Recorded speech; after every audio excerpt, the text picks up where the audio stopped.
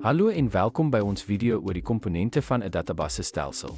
In hierdie les gaan ons ondersoek hoe verskillende elemente, hardeware, sagteware, data, mense en prosedures saamwerk om 'n doeltreffende en veilige omgewing vir die bestuur van inligting te skep.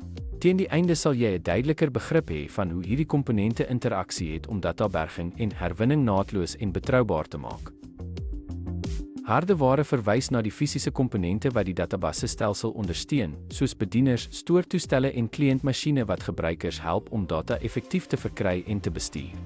Sagteware sluit die databasisbestuurstelsel, of DBOMS, in, saam met die bedryfstelsel en toepassingsprogramme wat gebruikers in staat stel om met die databasis te kommunikeer en dit te beheer.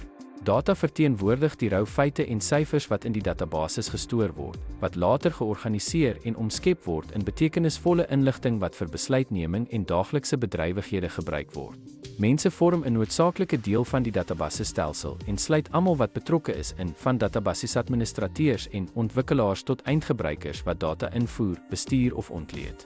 Prosedures verwys na die stel reëls, beleide en stap-vir-stap instruksies wat die ontwerp, werking en instandhouding van die databasis lei en verseker dat dit doeltreffend, konsekwent en veilig bly. Kortliks, 'n databasestelsel is veel meer as net data. Dit is 'n gekoördineerde netwerk van hardeware, sagteware, mense en prosedures wat saamwerk.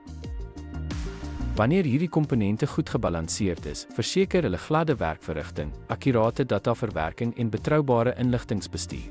Dankie vir die kyk en ons hoop hierdie video het jou gehelp om die belangrike boustene van 'n databasestelsel te verstaan.